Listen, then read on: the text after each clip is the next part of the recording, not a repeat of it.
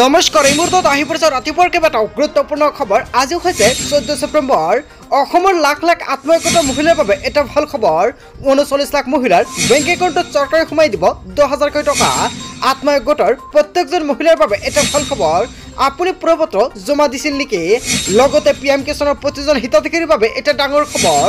কেন্দ্ৰীয় চৰকাৰে কেইবাটাও গুৰুত্বপূৰ্ণ পন্থা হাতত লৈছে।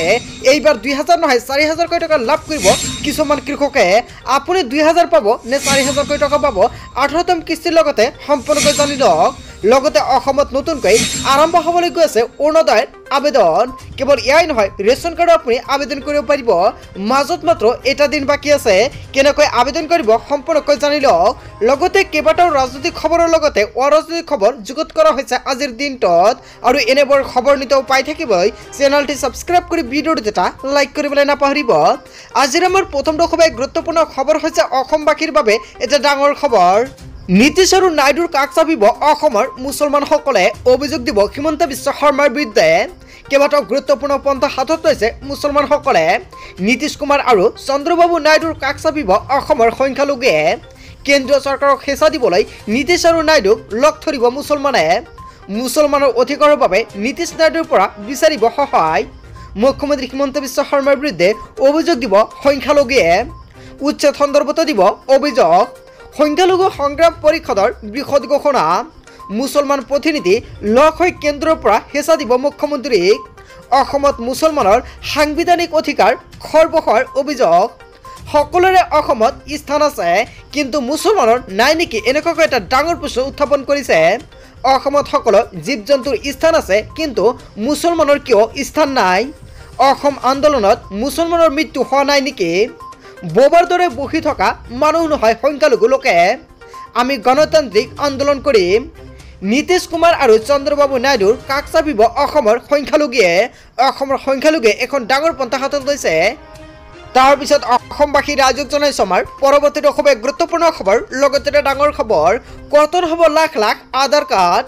আধাৰ কাৰ্ডক লৈ অসমৰ মুখ্যমন্ত্ৰী ডক্টৰ হিমন্ত বিশ্ব শৰ্মাই এখন ডাঙৰ মন্তব্য কৰিছে। আধাৰ পাবলৈ NRCত আবেদনকাৰী হোৱা বাঞ্ছনীয়। অসমৰ মুখ্যমন্ত্ৰী ডক্টৰ হিমন্ত বিশ্ব শৰ্মাৰ নতুন নিয়ম। বিদেশী চিনাক্তকৰণক লৈ ৰাজ্য চৰকাৰৰ বৃহৎ পদক্ষেপ। ৰাজ্যত কৰ্তন হ'ব লাখ লাখ আধাৰ কাৰ্ড। NRCৰ আবেদন নকৰা সকলে নাপাব আধাৰ কাৰ্ডৰ সুবিধা। আধাৰ কাৰ্ড পাবলৈ NRCৰ আবেদনকাৰী হোৱাটো বাঞ্ছনীয়। আধাৰ কাৰ্ড আবেদন কৰিবলৈ লাগিব আপোনাৰ NRCৰ আবেদনৰ নম্বৰ। শীঘ্ৰেই ৰাজ্য চৰকাৰে জাৰি কৰিব আধাৰ কাৰ্ডক লৈ নতুন নিৰ্দেশনা। আধাৰ আবেদনৰ পূৰ্বে পুংখানুপুংখভাৱে কৰা হ'ব বিবেচনা। প্ৰাপ্তবয়স্ক আবেদনকাৰীক লৈ কেইবাটাও গুৰুত্বপূৰ্ণ মন্তব্য কৰিছে ৰাজ্য চৰকাৰে। ৰাজ্য চৰকাৰৰ হাতত থাকিব আধাৰ কাৰ্ড বিতৰণক লৈ সম্পূৰ্ণ কৰ্তৃত্ব। কেৱল এয়াই নহয়, ৰাজ্যৰ কেইবাখনো জিলাত জনসংখ্যাতকৈ আধাৰ কাৰ্ড বেছি পোৱা গৈছে বুলি অসমৰ মুখ্যমন্ত্ৰী ডক্টৰ হিমন্ত বিশ্ব শৰ্মাই মন্তব্য কৰিছে। বৰপেটা, ধুবুৰী, নগাঁও, মৰিগাঁৱত বিদেশীৰ হাতত আধাৰ কাৰ্ড পোৱা গৈছে বুলি মন্তব্য কৰিছে। বৰপেটাত বৃদ্ধি পাইছে 100.73% আৰু ধুবুৰীত 103.48%লৈকে বৃদ্ধি পাইছে আধাৰ কাৰ্ড। আৰু নগাঁৱত বৃদ্ধি পাইছে 100.14%। মৰিগাঁৱত 100.76% বৃদ্ধি পাইছে আধাৰ কাৰ্ড। 100% থাকিব লাগে, কিন্তু ইয়াতে 76% বৃদ্ধি পাইছে বুলি মন্তব্য কৰিছে অসমৰ মুখ্যমন্ত্ৰীয়ে। বিদেশী চিনাক্তকৰণক লৈ ৰাজ্য চৰকাৰৰ বৃহৎ পদক্ষেপ। অসমৰ মুখ্যমন্ত্ৰী ডক্টৰ হিমন্ত বিশ্ব শৰ্মাই যিটো মন্তব্য কৰিছে, জনতাই কি ক'ব? যদি আপোনাৰ কিবা মন্তব্য কৰিব লগা থাকে, আপোনালোকৰ মন্তব্যটো নিশ্চয় কমেণ্ট বক্সত জনাব।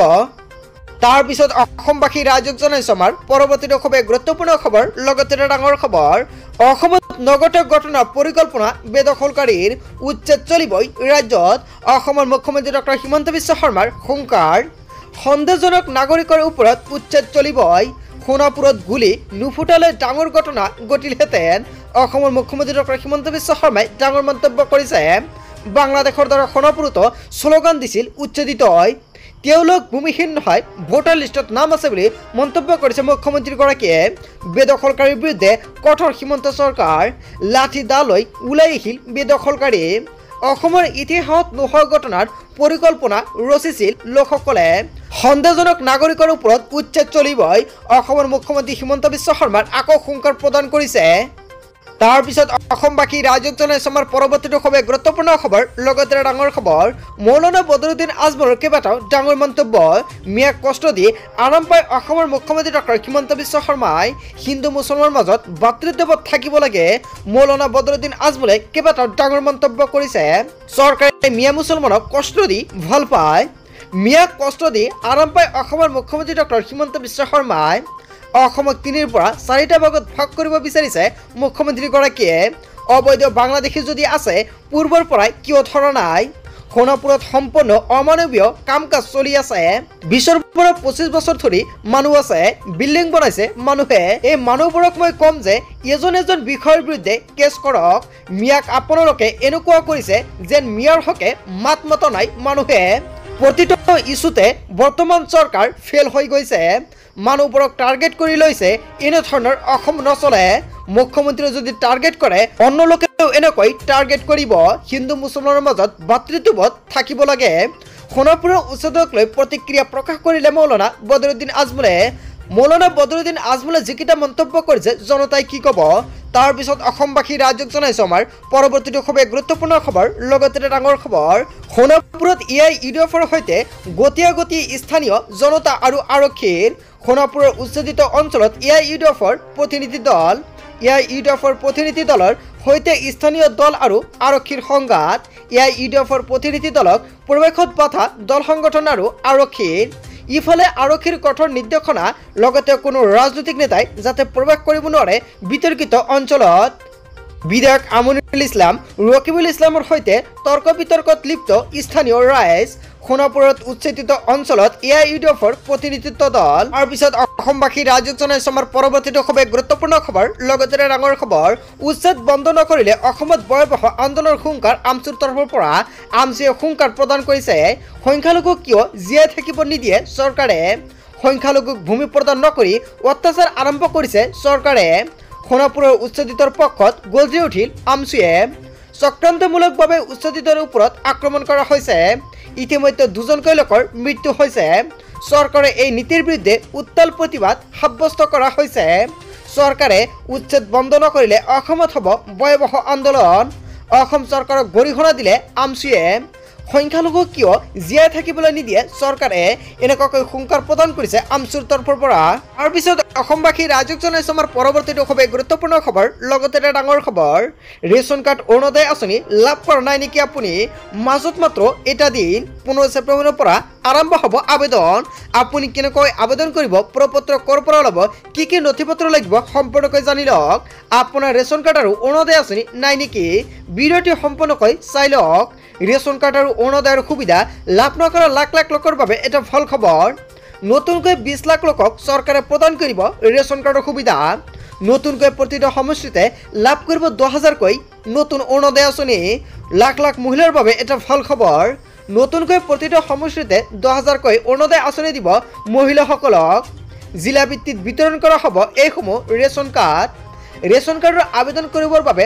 বাধ্যতামূলক হ'ব আপোনাৰ আধাৰ কাৰ্ডখন আবেদনৰ সময়ত সংলগ্ন কৰিব লাগিব আধাৰ কাৰ্ড প্ৰপত্ৰ পূৰণৰ সময়ত আধাৰ কাৰ্ড ভোটাৰ কাৰ্ড আদি গাঁঠি দিব লাগিব অৰুণোদয় 3.0ৰ আবেদন প্ৰক্ৰিয়া 15 ছেপ্টেম্বৰৰ পৰা আৰম্ভ হ'ব 1 ফেব্ৰুৱাৰীৰ পৰা লাখ লাখ পৰিয়ালে লাভ কৰিব অৰুণোদয় আঁচনিৰ 1250 টকাকৈ 12,60,000 নতুন হিতাধিকাৰীক দিয়া হ'ব নতুন অৰুণোদয় আঁচনি ৰেচন কাৰ্ড থকা পৰিয়ালেহে লাভ কৰিব নতুন অৰুণোদয় আঁচনি যদি আপোনাৰ ৰেচন কাৰ্ড নাই তেনে ক্ষেত্ৰত আপুনি আবেদন কৰিব পাৰিব অতি শীঘ্ৰে আপুনি আবেদন কৰক ৰেচন কাৰ্ড লগতে অসমৰ মুখ্যমন্ত্ৰী ডক্টৰ হিমন্ত বিশ্ব শৰ্মাই এখন ডাঙৰ পন্থা হাতত লৈছে যিসকল ব্যক্তিৰ ৰেচন কাৰ্ড নাই আৰু অৰুণোদয় নাই 15 ছেপ্টেম্বৰৰ পৰা দুয়োখন আঁচনি চৰকাৰে প্ৰদান কৰিব আপুনি প্ৰপত্ৰ কৰ পৰা সংগ্ৰহ কৰিব আন এটা ভিডিঅ'ত সম্পূৰ্ণকৈ জনাই দিম তাৰ পিছত অসমবাসী ৰাইজক জনাইছো আমাৰ পৰৱৰ্তীটো খুবেই গুৰুত্বপূৰ্ণ খবৰ লগতে ডাঙৰ খবৰ অসমৰ মুখ্যমন্ত্ৰী ডক্টৰ হিমন্ত বিশ্ব শৰ্মাই আত্মহত্যাক লৈ এখন ডাঙৰ মন্তব্য কৰিছে আপুনি আত্মহত্যাৰ প্ৰপত্ৰ জমা দিছে নেকি তেন্তে আপোনাৰ বাবে এটা ভাল খবৰ অসমৰ মুখ্যমন্ত্ৰী ডক্টৰ হিমন্ত বিশ্ব শৰ্মাই কি মন্তব্য কৰিছে সবিশেষ জানি লওক ভিডিঅ'টোৰ জৰিয়তে আজি আত্মহত্যাত 10,000 টকা দিয়াৰ সিদ্ধান্ত ফৰ্ম কাৰ একচেপ্ট ফল সম্পূৰ্ণকৈ চাই লওক আপুনি আত্মহত্যাত 10,000 টকাৰ ফৰ্মটো জমা দিছিল নেকি তেন্তে আপোনাৰ বাবে এটা ভাল খবৰ আত্মহত্যাৰ ফৰ্মসমূহ যিসকলে জমা কৰিছে তেওঁলোকৰ ফৰ্ম ভেৰিফাই কৰা হ'ল ভেৰিফাই কৰাৰ পিছত পৰ্টেলত নাম অন্তৰ্ভুক্ত কৰিছে অসম চৰকাৰে। আত্মসহায়ক সকলো মহিলাৰ বেংক একাউণ্টত পোনপটীয়াকৈ 10,000 টকা জমা কৰি দিয়াৰ ঘোষণা কৰিছে অসমৰ মুখ্যমন্ত্ৰী ডক্টৰ হিমন্ত বিশ্ব শৰ্মাই। দুখৰ খবৰ যে লাখ লাখ মহিলাই আত্মসহায়ক 10,000 টকা নাপাব, কিয়নো কোনো মহিলাই চৰকাৰে বান্ধি দিয়া নিয়ম ভংগ কৰিলে তেন্তে লাভ নকৰিব 10,000 টকা। চৰকাৰে এই 10,000 টকা পোৱাৰ পিছত যিসকল মহিলাই এই 10,000 টকাৰে ভাল ব্যৱসায় কৰিব তেওঁলোকক আকৌ 25,000 টকা দিব চৰকাৰে। যদি কোনো মহিলাই এই টকালৈ কোনো ব্যৱসায় নকৰে তেন্তে সেইসকল মহিলাই উভতাই দিব লাগিব 10,000 টকা। কাৰ কাৰ ফ্ৰম এক্সেপল কোনে কোনে 10,000 টকা পাব সম্পূৰ্ণকৈ জানি লওক। 1 নম্বৰত কোৱা হৈছে ডিবিটি লিংক থকা বেংক একাউণ্ট। যদি আপোনাৰ বেংক একাউণ্টৰ লগত ডিবিটি লিংক আছে আপুনি 10,000 টকা লাভ কৰিব। লগতে আপুনি ফৰ্মৰ লগত গছপুলিৰ ফটোটো দিছে নে নাই, যদি গছপুলিৰ ফটোটো দিছে আপোনাৰ একাউণ্টত সোমাব 10,000 টকা। লগতে বেংক একাউণ্ট দিয়া, যদি আপুনি বেংক একাউণ্ট দিছে তেন্তে আপুনি 10,000 টকা লাভ কৰিব। 4 নম্বৰত উল্লেখ কৰিছে জেনেৰেল কাষ্টৰ 3টাতকৈ অধিক সন্তান নথকা মহিলা। যদি আপুনি জেনেৰেল কাষ্টত বিলং কৰি আছে আৰু আপোনাৰ 3টাতকৈ অধিক সন্তান তেনেক্ষেত্ৰত আপুনি 10,000 টকা নাপাব। আপুনি ফৰ্মত কি উল্লেখ কৰিছে? SC ST মডাৰ্ণ মটক ট্ৰিটেবল আদিৰ 4টাতকৈ অধিক সন্তান নথকা মহিলা। যদি আপুনি একেটা ক্যাটেগৰীত বাস কৰে আৰু আপোনাৰ 4টাতকৈ অধিক সন্তান তেনেক্ষেত্ৰত কিন্তু 10,000 টকা আপুনি নাপাব। 6 নম্বৰত উল্লেখ কৰিছে বিজনেছ প্লেন ফৰ্ম নিদিয়া। আপুনি বিজনেছ প্লেন ফৰ্মটো দিছে নে নাই, যদি আপুনি আত্মসহায়কৰ ফৰ্মৰ লগত বিজনেছ প্লেন ফৰ্মটো দিছে তেনেক্ষেত্ৰত 10,000 টকা লাভ কৰিব। বহুতো মহিলাই বিজনেছ প্লেন ফৰ্মটো দিছে নে নাই, যদি আপুনি দিছে নিশ্চয় কমেণ্ট কৰি জনাব। লগতে কেতিয়া সোমাব 10,000 টকা? অসমত লাখ লাখ মহিলাৰ একাউণ্টত সোমাব পাৰে 10,000 টকা। অসমৰ মুখ্যমন্ত্ৰী ডক্টৰ হিমন্ত বিশ্ব শৰ্মাই এখন ইংগিত প্ৰদান কৰিছে। পিছত অসমবাসী ৰাজুক জনাইছে আমাৰ পৰৱৰ্তী খুবেই গুৰুত্বপূৰ্ণ খবৰ। লগতে ডাঙৰ খবৰ PM কিষাণৰ প্ৰতিজন হিতাধিকাৰীৰ বাবে এটা ডাঙৰ খবৰ। To avail the benefit of the upcoming installment of PM Kisan Farmer make sure to যিসকল কৃষকে আহিবলগীয়া কিস্তিটো পাবলগীয়া আছে সেইসকল কৃষকৰ বাবে এটা ডাঙৰ খবৰ। চৰকাৰে এখন নতুনকৈ আপডেট প্ৰদান কৰিছে। নিশ্চয় আপোনালোকে সম্পূৰ্ণকৈ ইয়াতে দেখা পাইছে আপকামিং ইনষ্টলমেণ্ট। আহিবলগীয়া কিস্তিটো পাবলৈ হ'লে প্ৰত্যেকজন হিতাধিকাৰী কৰিব লাগিব এটা গুৰুত্বপূৰ্ণ কাম। এই মাহৰ ভিতৰতে আপোনাৰ কৰিব লাগিব। অহা মাহত লাখ লাখ কৃষকৰ একাউণ্টত চৰকাৰে সোমাই দিব 2,000 পৰা 4,000 টকা।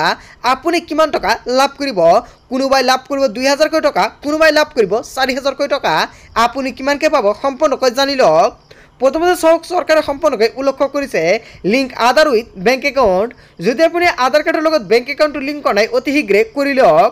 কেৱল আধাৰ কাৰ্ডৰ লগত বেংক একাউণ্ট লিংক কৰিলেই নহ'ব, আপোনাৰ NPCI লিংক কৰিব লাগিব, নহ'লে আপুনি টকা নাপাব। লগতে গেট দিয়াৰ EKYC ডান, আপোনাৰ EKYCটো সম্পন্ন কৰিব লাগিব। লগতে আপলোড কাৰেক্ট ল্যান্ড ডকুমেণ্ট। যদি আপোনাৰ মাটিৰ নথি পত্ৰ কিবা ভুল হৈ আছে তেনে ক্ষেত্ৰত আপুনি এতিয়াই কাৰেকশ্যন কৰি লৈ লওক, নহ'লে আপুনি নাপাব এইসমূহ সুবিধা। লগতে ফৰ নিউ ফাৰ্মাৰ ৰেজিষ্ট্ৰেশ্যন, যদি আপুনি ভাবিছে নতুনকৈ PM কিষাণৰ বাবে আবেদন কৰিব তেনে ক্ষেত্ৰত কৰিব পাৰিব, কিয়নো 12 মাহৰ ভিতৰতে 12 মাহে PM কিষাণৰ আবেদন প্ৰক্ৰিয়া চলি থাকে। আপুনি যিকোনো সময়ত আপোনাৰ সঠিক নথি পত্ৰ দি আপুনি আবেদন কৰিব পাৰিব PM কিষাণৰ বাবে। চ' আজিৰ ভিডিঅ'খনত আপোনালোকে এইখিনি সৰু এটা আপডেট দিবলগীয়া আছিলে, কিন্তু PM কিষাণৰ কোন কোন কৃষকসকলে 2,000 টকা লাভ কৰিব আৰু কোন কোন কৃষকে 4,000 টকা লাভ কৰিব। যদি আপুনি 17 নম্বৰ কিস্তিটো পঢ়াই তেনে ক্ষেত্ৰত 18 নম্বৰ কিস্তিৰ লগতে 17 নম্বৰ আৰু 18 নম্বৰ কিস্তিৰ লগতে 4,000 টকা লাভ কৰিব আপোনাৰ বেংক একাউণ্টত। আৰু যদি 17 নম্বৰ কিস্তিটো লাভ কৰিছে কিবা আপোনাৰ সমস্যা হোৱা নাই তেনে ক্ষেত্ৰত আপুনি 18 নম্বৰ কিস্তিৰ লগতে লাভ কৰিব অনলি 2,000 টকা। চ' সকলোৰে এই সমস্যাটো আছিলে কোনে কিমান টকা লাভ কৰিব নিশ্চয় আপুনি কমেণ্ট কৰি জনাব। লগতে বন্ধু বান্ধৱীসকল যদি PM কিষাণৰ বিষয়ত আপোনালোকৰ কিবা জানিবলগীয়া ইচ্ছা আছে নিশ্চয় কমেণ্ট কৰি জনাব। বন্ধু বান্ধৱীসকল গোটেই অসম তথা ভাৰতৰ বিভিন্ন প্ৰান্তৰ পৰা যুগত হৈছে কেইবাটাও ডাঙৰ খবৰ। এনেবোৰ খবৰ নিতৌ পাই থাকিবলৈ চেনেলটি ছাবস্ক্ৰাইব কৰি ভিডিঅ'টো এটা লাইক কৰিবলৈ নাপাহৰিব। চ' থেংক ইউ ফৰ ৱাচিং ফুল ভিডিঅ'।